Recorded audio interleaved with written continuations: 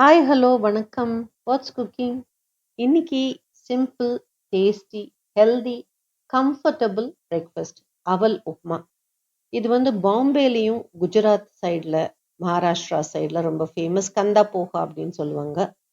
அவல் அந்தந்த டைப்புக்கு தேர்ந்த மாதிரி களைஞ்சி ஊற வச்சுக்கோங்க 5-10 நிமிஷம்.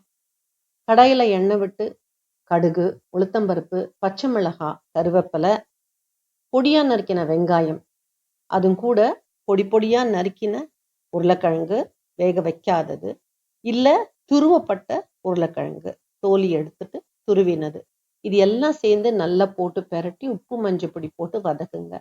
வெங்காயமும் உருளைக்கிழங்கு தூளும் வதங்கின பிறகு இந்த அவலையும் தூக்கி அதில் கொட்டிட்டு நல்லா பெரட்டி விட்டு 1/2 டீஸ்பூன் ஜீரக பவுடர், இதெல்லாம் கலந்து ஒன்றா வந்ததும் கடைசியில் கொஞ்சம் கொத்தமல்லி அண்ட் ஒரு சிட்டிகை சர்க்கரை, 1 டீஸ்பூன் லெமன் ஜூஸ். இது ஆப்ஷனல் தான், அவங்களுக்கு ருசி பிடிச்ச மாதிரி பார்த்துக்கோங்க.